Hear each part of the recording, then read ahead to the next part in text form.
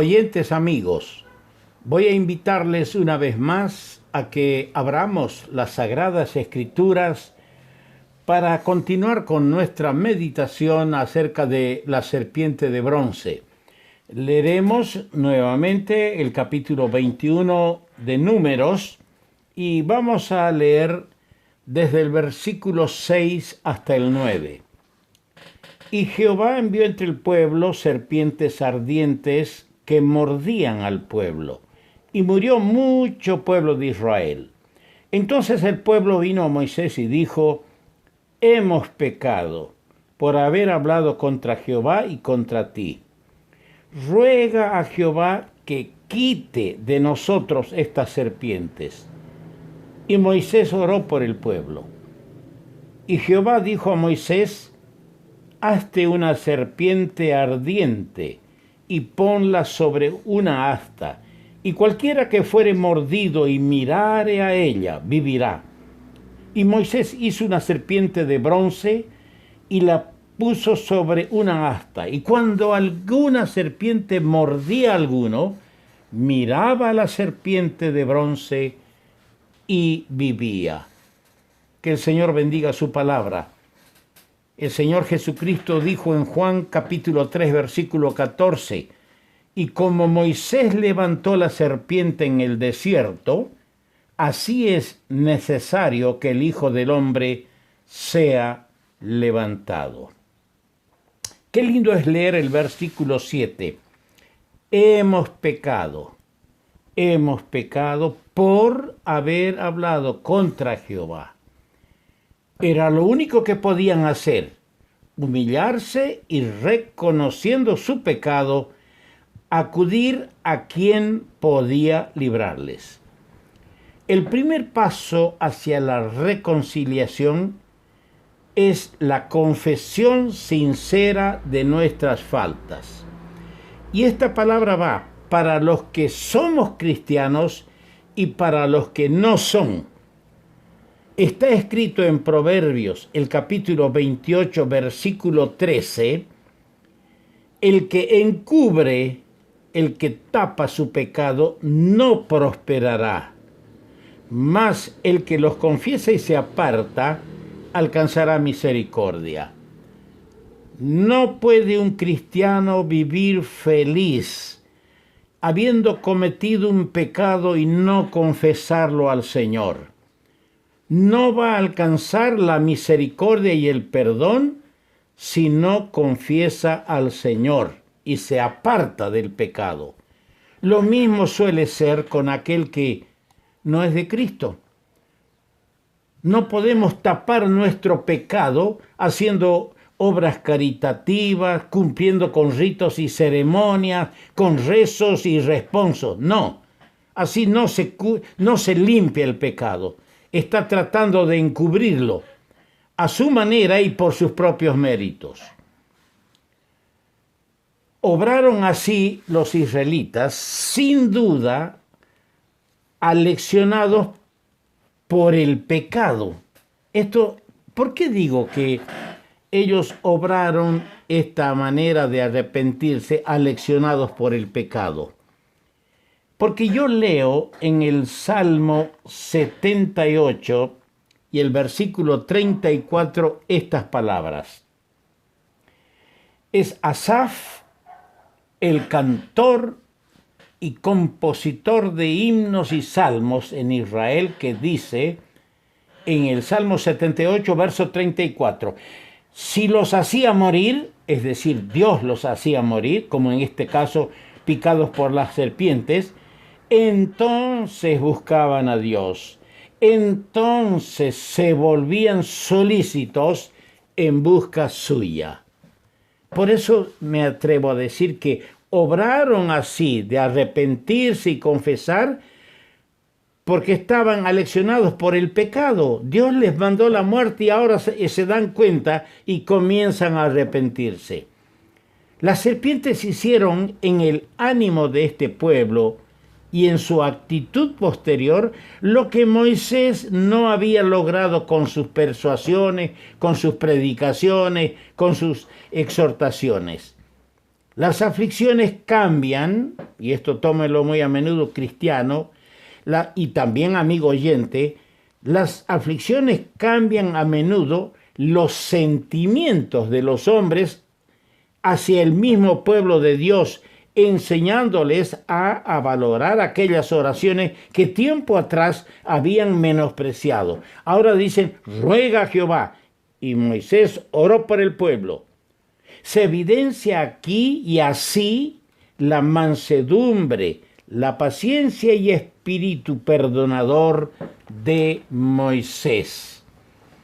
Muy a menudo Moisés era el centro de los ataques y provocaciones de los israelitas. Él era el centro, el blanco de esos ataques. Pero sin embargo, ante el asombro de arrepentimiento del pueblo, Moisés, les atendía con compasión como un padre, una compasión paternal,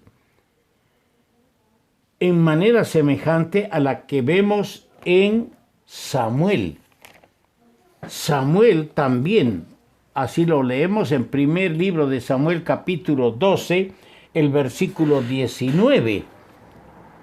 Entonces dijo todo el pueblo a Samuel, mire, es el pueblo que le pide al profeta Samuel, ruega por tus siervos a Jehová, tu Dios, para que no muramos, porque a todos nuestros pecados hemos añadido este mal de pedir rey sobre nosotros.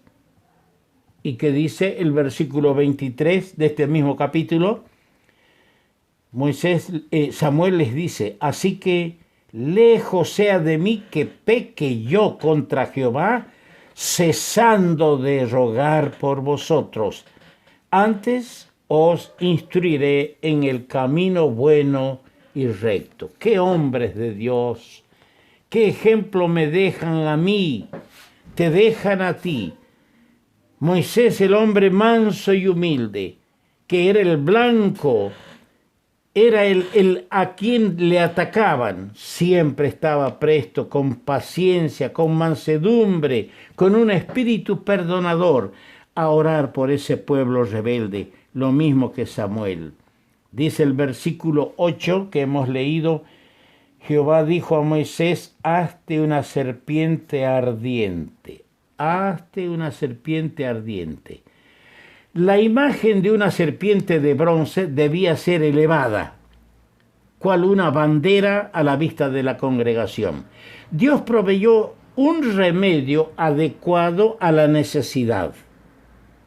Si él se hubiera limitado a quitar las serpientes como ellos querían, le dijeron a Moisés, ruega a Jehová que quite de nosotros la serpiente. Si Dios se hubiera limitado a quitar la serpiente, no habrían sanado los mordidos.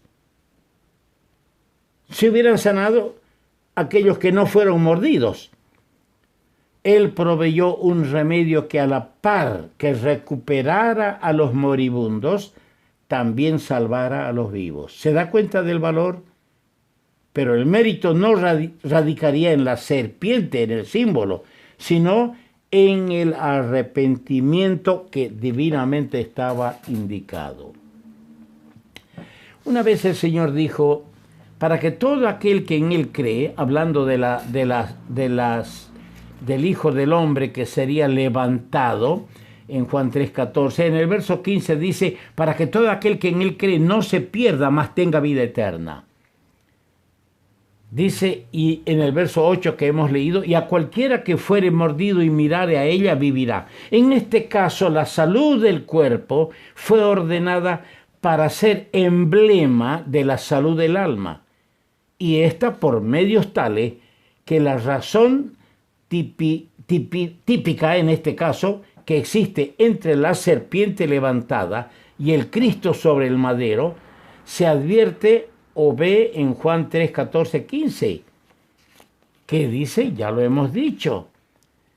Y como Moisés levantó la serpiente en el desierto, así es necesario que el Hijo del Hombre sea levantado, para que todo aquel que en él cree no se pierda, mas tenga vida eterna. Veamos. por lo menos 2 puntos de comparación. Primero, la enfermedad era similar. El pecado es el resultado de la mordedura de la serpiente antigua, Satanás, el diablo. Qué bien puede llamarse como aquellas ardiente. ¿Por qué la picadura del diablo es ardiente? Pues sus tentaciones, dice el apóstol Pablo, son dardos de fuego, cuya influencia inflama todas las malas pasiones, todas las codicias que al fin conducen a la perdición. El veneno del pecado se introduce en toda nuestra constitución, cuerpo y alma son afectados por este veneno. El cuerpo por la enfermedad y el alma por la depravación. En segundo lugar, el remedio en ambos casos fue prescrito divinamente. La simple mirada a una serpiente inanimada, sin vida, de metal, porque lo que hizo Moisés fue hacer una serpiente de metal. La simple mirada a esa serpiente que no tenía vida, obrando como antídoto contra el veneno mortal de una serpiente viva. Cuán absurdo e increíble parece el razonamiento humano. De la misma manera, nuestra salvación por medio de Cristo en el madero, a los judíos les parece o es un tropezadero, y a los gentiles les parece una locura. Les parece una locura que la salvación esté dada por medio de Cristo muriendo en el madero. El pecador que a punto de perecer oye la voz del Hijo de Dios diciendo: mirad a mí, sed salvos, y vuelve hacia él la mirada de fe, es salvo, amigo mío. Solo una mirada. No debían mirar sus heridas reagravadas o sangrantes o sus cuerpos hinchados, o procurar sanarlas parcialmente con la aplicación de algún remedio temporal.